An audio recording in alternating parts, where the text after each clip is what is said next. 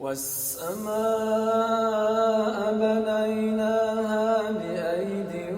وإنا لموسعون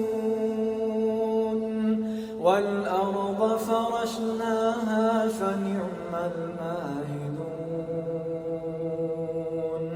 ومن كل شيء خلقنا زوجين لعلكم تذكرون